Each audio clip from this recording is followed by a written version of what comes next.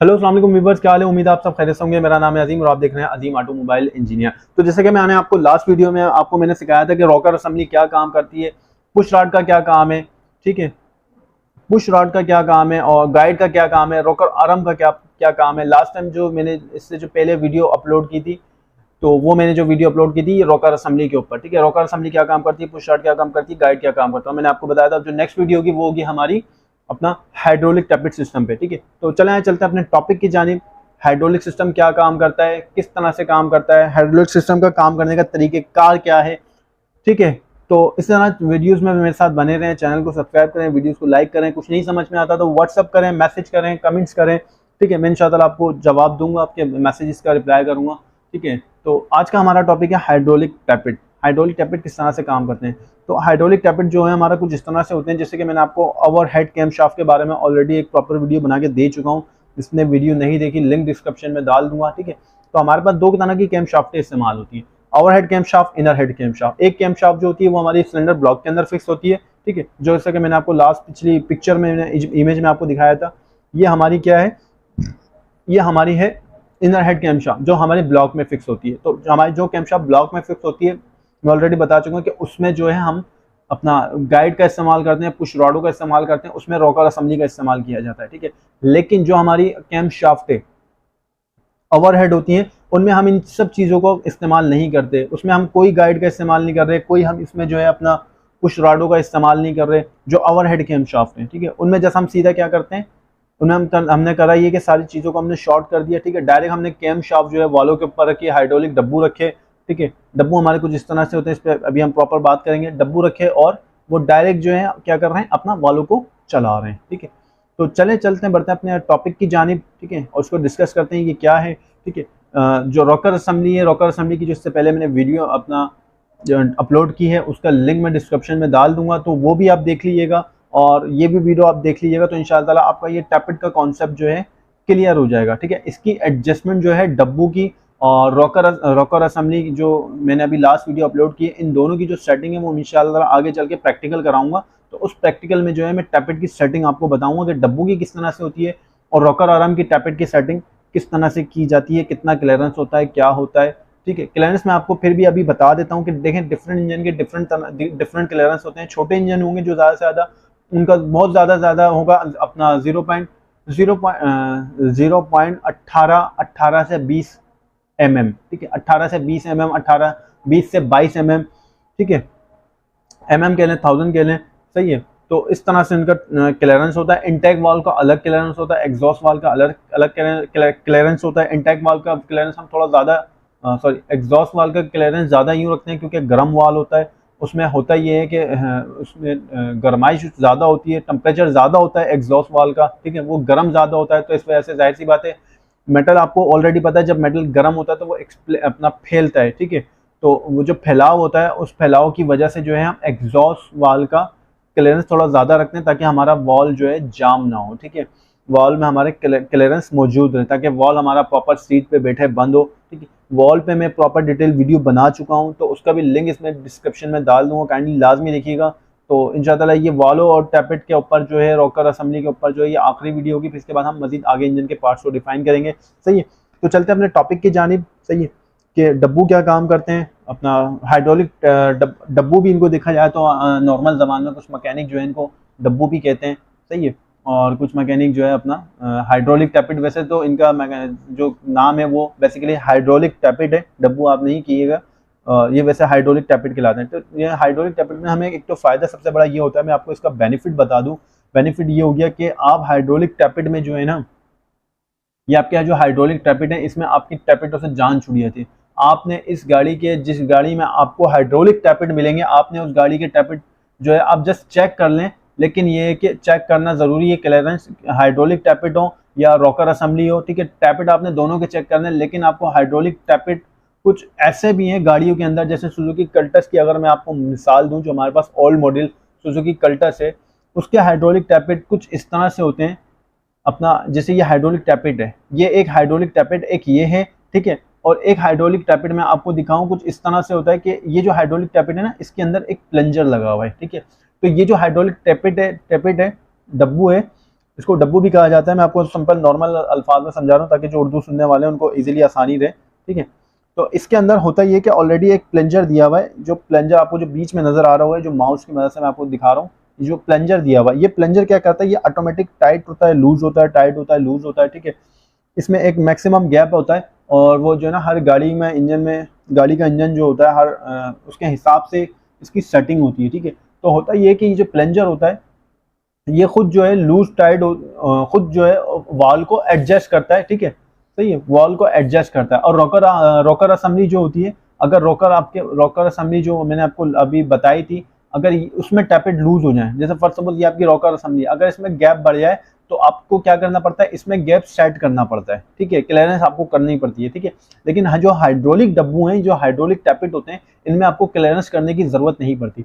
ये मैं hydraulic tappet की आपको बात बता रहा हूँ जिसमें आपको प्लंजर मिलेगा। इन हाइड्रोलिक जो डब्बू होते हैं, जो गोल गोल डब्बू हैं, ये ऑलरेडी वॉल के ऊपर फिक्स होते हैं, ठीक है। वॉल की टिप जो होती है, वॉल का ऊपरी साइड हो गया, जो स्प्रिंग जो कैचर लगे होते हैं, ये उनके ऊपर फिक्स होते हैं, ठीक है।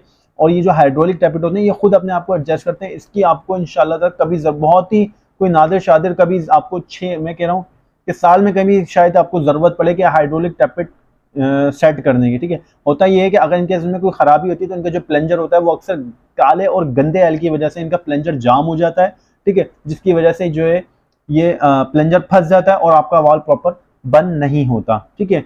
तो ये जो हाइड्रोलिक डब्बू होते हैं आजकल के दौर में गाड़ियों में ज़्यादा कामयाब हैं और ज़्यादा बहुत चल रहे हैं। इसका एक बेनिफिट ये होता है कि इनमें जिनमें भी हाइड्रोलिक आप टैपेट देखेंगे, डब्बू देखेंगे जिनमें हाइड्रोलिक टैपेट इस्तेमाल हो रहे होंगे, वो गाड़ी के इंजन ऐसे होंगे बिल्कुल सुन, एकदम सुन, ठीक है।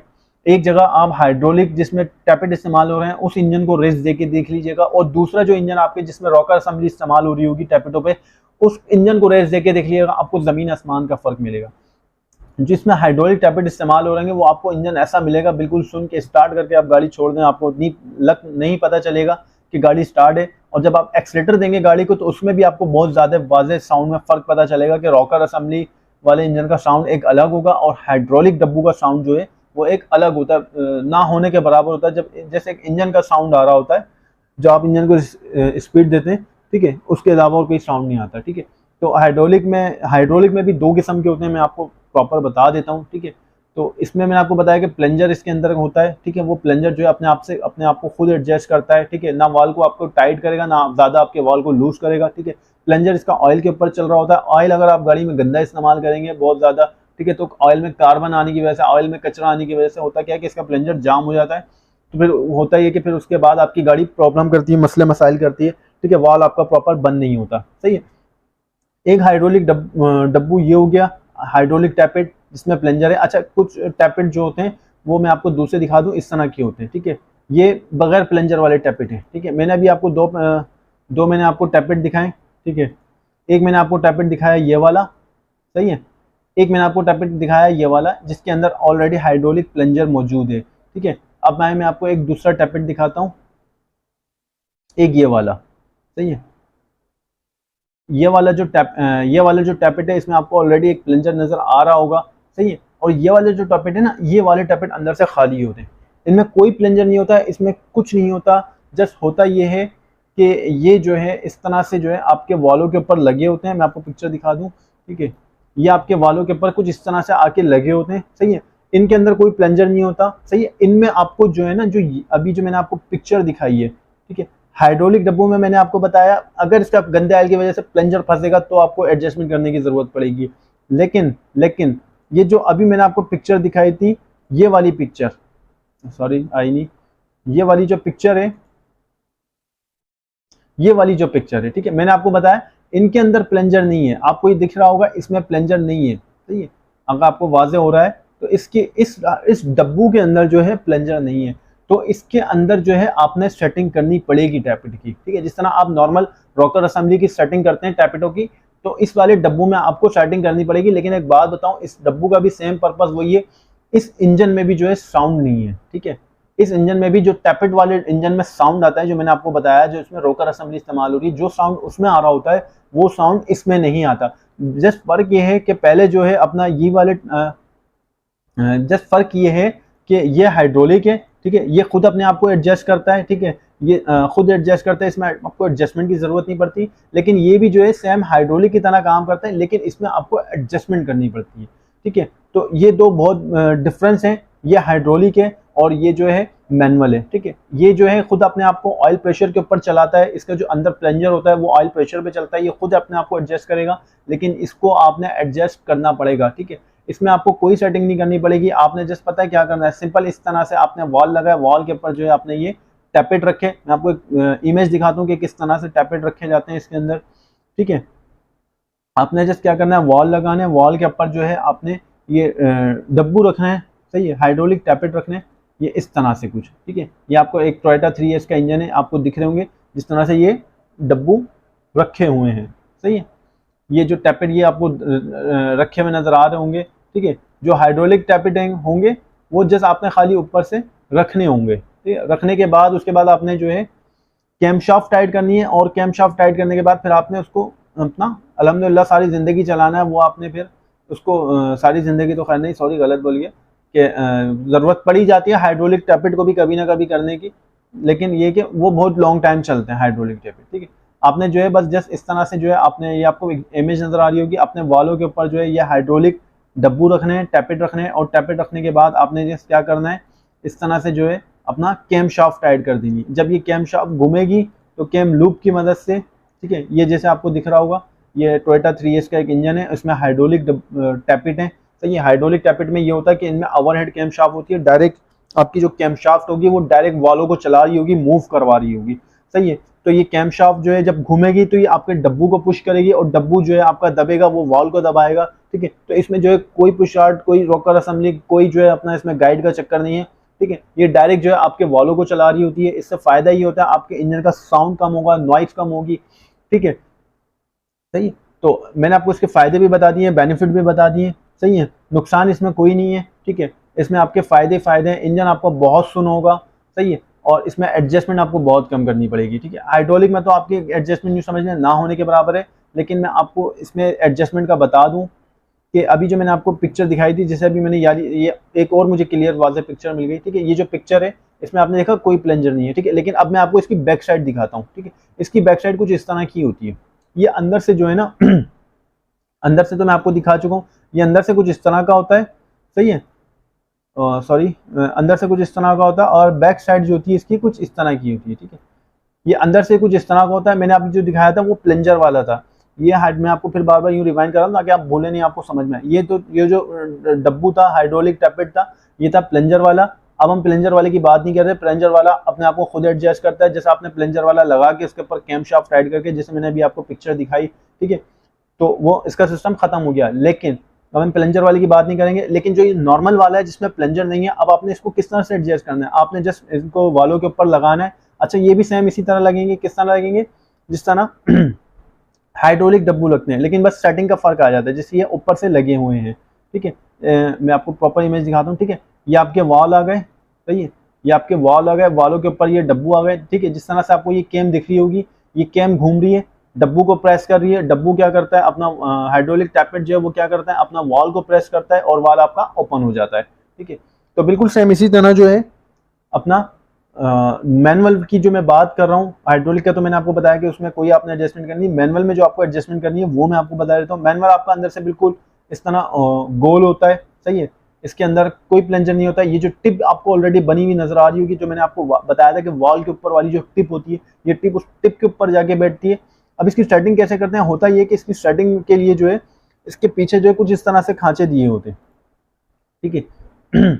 ये इसके अंदर कुछ खांचे दिए हुए हैं, ठीक है, और ये यहाँ से एक खांचा एक ये दिया हुआ है, ये कट यूँ दिया हुआ है ताकि आप किसी नॉक प्लस से या एक मुंह के पेचकस की नॉक से या किसी भी नॉच प्लस से आप इसके ऊपर जो है ना शिमें लगी होती है, जैसा हमारा 1 का सिक्का 2 का सिक्का होता है ना, सिक्के टाइप की कुछ शिमें होती हैं, और उन शिमों में जो है ना कुछ नंबर होते हैं, कुछ शिमें जो है मोटी होती है, कुछ शिमें जो है पतली होती है। चला मैं अब आपको शिम भी दिखा देता हूँ, ठीक है। तो जनाब शिमें हमारे पास जो होती है वो कुछ इस तरह की होती है, जैसे आपको दिख रहा होगा, ये हमारे पास शिम, हमारे टैपेट के ऊपर शिम लगी हुई है, ठीक है। ये हमारे पास एक शिम की पिक्चर और आ गई, ठीक है। ये हमारे पास शिमें हैं, ठीक है। ये सारे 1 से नंबर की शिम है, लेकिन मैं आपको बता दूं जैसे 250 है, तो कोई इसमें 260 होगी, कोई इसमें 270 होगी, कोई इसमें 280, कोई 300 होगी, तो कोई ऐसी होगी 100 होगी, कोई 150 होगी। तो जितना इसका नंबर बढ़ता जाएगा ये शिम उतनी जो है ये मोटी होती चली जाएगी, ठीक है। जितना नंबर कम होता जाएगा ये शिम उसकी इतनी पतली चली होगी, होती चली जाएगी। होता ये चीज़ शिम पतली लगानी है या मोटी लगानी है, ये जब डिसाइड होता है जब आपके इंजन का जो क्लियरेंस है वो सबसे पहले टैपेट का जो क्लियरेंस है, जिस तरह आम नॉर्मल रोकर असेंबली में हम क्लियरेंस को चेक करते हैं, इसी तरह डब्बू और कैम शाफ्ट के दरमियान जो है हम एक पतला सा गेज लगा के, जो उसका गेज का नंबर होता है, जो इंजन की स्पेसिफिकेशन कॉन्फ़िगरेशन के हिसाब से जो नंबर दिया जाता है कि इसका टैपेट का गेज इतना होना चाहिए, तो उस गेज के हिसाब से हम एक टैपेट की पट्टी जो है इसमें बीच में कैम शाफ्ट और डब्बू के दरमियान पट्टी से चेक करते हैं कि इसमें क्लियरेंस कितना है। फिर क्लियरेंस चेक करने के बाद हम उसमें देखते हैं कि इसमें आया मजीद और मोटी शिम लगानी है या हमने इसके अंदर और मजीद पतली शिमें लगानी है, ठीक है। तो ये शिम जो होती है, ये शिम जो है आपके मैं आपको पिक्चर पे लेके चलता हूँ, पिक्चर पे समझाता हूँ, ठीक है। ये जो शिम होती है ये शिम डिसाइड करती है, ये आपको जो दिख रहा होगा, ठीक है, एक वाल ये खुला है, एक वाल बंद है। जो एक वाल बंद है तो इस कैम लूप और डब्बू के दरमियान हम एक पट्टी लगा के चेक करते हैं फिलर गेज की, कि इस फिलर गेज की पट्टी उस नंबर की जितना हमें क्लियरेंस चाहिए वो पट्टी लगा के चेक करते हैं। अगर पट्टी वो सही है, लग के चल रही है कैम शाफ्ट और हमारे हाइड्रोलिक टैपेट के दरमियान, तो ठीक है। अगर टाइट है या फंस रही है तो इस हिसाब से जो है फिर हम शिम को एडजस्ट करते हैं इसके अंदर, ठीक है। हम शिम या तो मोटी लगाते हैं या तो फिर हम शिम इसमें ज़्यादा नंबर की लगाते हैं तो मोटी लगाते हैं, कम नंबर की लगाते हैं तो शिम पतली हो रही है, या फिर हम इसमें मोटी पतली शिम लगा के इसकी टैपेट एडजस्टमेंट करते हैं, ठीक है। इसमें हम इस तरह से करते हैं। और जो हमारे रॉकर असेंबली होती है उसमें ऑलरेडी आपको पता है स्क्रू दिए जाते हैं, ठीक है। ये कुछ इस टाइप के जो है उसके अंदर स्क्रू दिए जाते हैं, ठीक है। इस स्क्रू की मदद से जो है चूड़ी की मदद से हम अपना इसकी जो सेटिंग करते हैं वो हम करते हैं इस चूड़ी की मदद से, चूड़ी और स्क्रू की मदद से फिर हम रॉकर असेंबली की सेटिंग करते हैं। लेकिन जो हाइड्रोलिक डब्बू हैं इनमें कुछ इस तरह से होता है कि इनमें शिमों के जरिए सेटिंग होती है, ठीक है। इनमें शिमों के जरिए सेटिंग होती है, सही। ये हाइड्रोलिक नहीं है, ठीक है। ये जो मैं आपको शिम वाले जो मैं आपको डब्बू दिखा रहा हूँ ये हाइड्रोलिक नहीं है, ठीक है। इनमें हमें सेटिंग करनी पड़ती है, लेकिन हाइड्रोलिक डब्बू में हमें सेटिंग नहीं करनी पड़ती। ये जस्ट ऑयल पे चलता है, खुद आपको अपने आप को कंट्रोल करता है। कई साल, 1.5-2 साल में अगर आपकी गाड़ी कोई प्रॉब्लम करती है, आपके टैपेट जाम होते हैं, हाइड्रोलिक डब्बू जो इसके अंदर का प्लंजरी पंप है अगर वो जाम होता है, तो जैसे आपने क्या करना है, इसको खोलना है, खोल के इसके अंदर का प्लंजरी पंप निकालना है। कोई ज्यादा इसमें वो नहीं होता है, एक स्प्रिंग होता है, ठीक है। एक ऊपर जो है पिस्टन होता है, उस पिस्टन और पिन के दरमियान जो कोई कचरा, गंदा ऑयल होता है, कार्बन होता है, उसको आपने वॉश करना है। वॉश करके दोबारा लगाएंगे, फिर से आपकी गाड़ी जो है सेट हो जाएगी और इसी तरह से ये वापस अपनी वर्किंग में आ जाएगा। और फिर आपकी 2-2.5 साल जितना अरसा चाहे फिर इसको आप चला सकते हैं। ऑयल के ऊपर ये काम करता है। ऑयल अगर गंदा डाल इस्तेमाल करेंगे, ठीक है, तो ऑब्वियसली जाहिर सी बात है जाम होगा। अगर साफ ऑयल, अच्छा ऑयल इस्तेमाल करेंगे तो इतनी जल्दी जाम होने के चांसेस नहीं होते, ठीक है। तो उम्मीद करता हूँ आपको रॉकर का भी मैंने ऑलरेडी पिछली वीडियो में समझा दिया, उसका भी लिंक डिस्क्रिप्शन में डाल दूंगा। उम्मीद करता हूँ आपको रॉकर असेंबली, ठीक है, कि rocker assembly, push rod, guide किस तरह से काम करते हैं, जो कि मैंने पिछली वीडियो समझाया था। और उसके बाद जो है हाइड्रोलिक डब्बू मैंने आपको दोनों किस्म के समझा दिए। एक प्लंजर वाला होता है जिसमें सेटिंग करने की जरूरत नहीं है, एक बगैर प्लंजर का होता है जिसमें शिमों के जरिए आप एडजस्टमेंट करते हैं टैपेट की, ठीक है। तो उम्मीद करता हूँ ये दोनों प्रॉपर आपको समझ आ गई होंगी वीडियो, ठीक है। फिर भी इनमें कोई क्वेश्चन कोई रहता है आपका, कोई आपको मसला है नहीं समझ आया, तो भी आप मेरे को जो है व्हाट्सअप कर सकते हैं, मैसेज कर सकते हैं, ठीक है। तो जैसे मैंने आपको दिखाया ये कुछ इस तरह की शिम होती है और ये शिम जो है ये इस खांचे में आके बैठती है, जैसे कि आपको ये निकली हुई नजर आ रही होगी, ठीक है। और एक पिक्चर में आपको और दिखा देता हूँ, ये इस तरह के हाइड्रोलिक डब्बू काम करते हैं, ठीक है। ये हमारा वॉल है, वॉल के ऊपर स्प्रिंग के ऊपर ये इस तरह से हमारा डब्बू बैठा होता है, सही। हाइड्रोलिक टैपेट बैठा होता है और जब ये कैम घूमती है तो ये इसको दबाती है, ठीक है। हाइड्रोलिक टैपेट को प्रेस करती है, हाइड्रोलिक जो है वॉल को प्रेस करता है, हमारा वॉल ओपन हो जाता है, ठीक है। तो उम्मीद करता हूँ वीडियो आपको प्रॉपर समझ आ गई होगी, ठीक है। काइंडली वीडियो को पूरा देखा करें, ठीक है, स्किप नहीं किया करें, वरना स्किप करेंगे तो अब डिटेल आप मिस हो जाएगी, ठीक है। तो जो नए सुनने वाले हैं उनसे मेरी दरख्वास्त है चैनल को सब्सक्राइब करें, जो काम कर रहे हैं, काम सीख रहे हैं, काम सीखना चाहते हैं, उनसे भी मेरी दरख्वास्त है कि चैनल को सब्सक्राइब करें। ये चीज़ें आपको वर्कशॉप पे कोई नहीं बताएगा। वर्कशॉप पे जैसे आप प्रैक्टिकल कर सकते हैं, लेकिन आपको थ्योरी कोई नहीं बताएगा। तो प्रैक्टिकल के साथ साथ जो है आपको थ्योरी का भी पता होना ज़रूरी है। जस्ट अगर आप सोचते हैं कि नहीं खाली हम प्रैक्टिकल से काम सीख जाएंगे, तो ये आपकी भूल है, इस तरह नहीं हुआ। क्योंकि जिनको थ्योरी नहीं पता होती, प्रैक्टिकल जो खाली जानते, थ्योरी नहीं पता होती, तो वो ऑब्वियसली काम नहीं कर पाते, ठीक है। उनको नहीं पता होगा कौन सी चीज़ क्या काम करती है, हमने तो इंजन को फॉल्ट को डायग्नोज नहीं कर पाते, ठीक है, सही है। तो जिनको थ्योरी भी पता होती है, जिनको प्रैक्टिकल भी पता होता है, तो वो बहुत इजीली काम कर लेते हैं, ठीक है।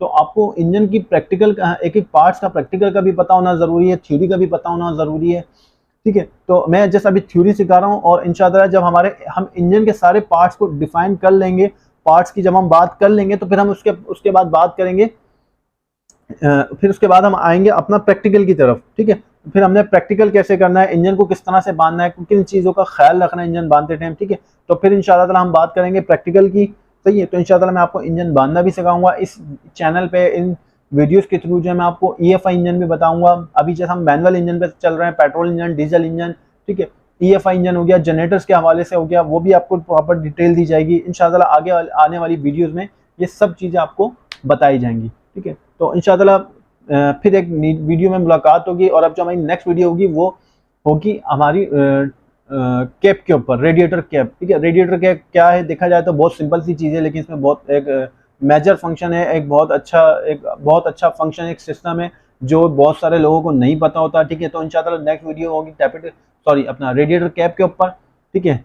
तो चैनल को सब्सक्राइब करना ताकि कोई वीडियो आपसे मिस ना हो, कोई डिटेल आपसे मिस ना हो, ठीक है। अच्छे काम करने वाले की एक पहचान ये, तो इसको प्रॉपर काम के बारे में पता होना चाहिए। जब प्रॉपर काम का, इंजन की थ्योरी का, काम के बारे में मालूमात होगी, तो वो बंदा कहीं मार नहीं खाता, कहीं जो है किसी से पिट नहीं सकता काम के मुकाबले में, ठीक है। तो एक अच्छे मैकेनिक बने, एक अच्छे कारीगर बने, ठीक है, एक ईमानदार और मेहनती कारीगर बने, ठीक है। अपने ग्राहक को, अपने कस्टमर को प्रॉपर तरीके से सेटिस्फाई करें, कि किसी किस्म की इसको परेशानी का सामना ना हो, या आपसे जो है कोई किसी किस्म की कोई वो ना हो, कोई गलती कोताही ना हो काम के अंदर, ठीक है। तो इंशाल्लाह मुलाकात होगी नेक्स्ट वीडियो में, तब तक के लिए अल्लाह हाफिज़।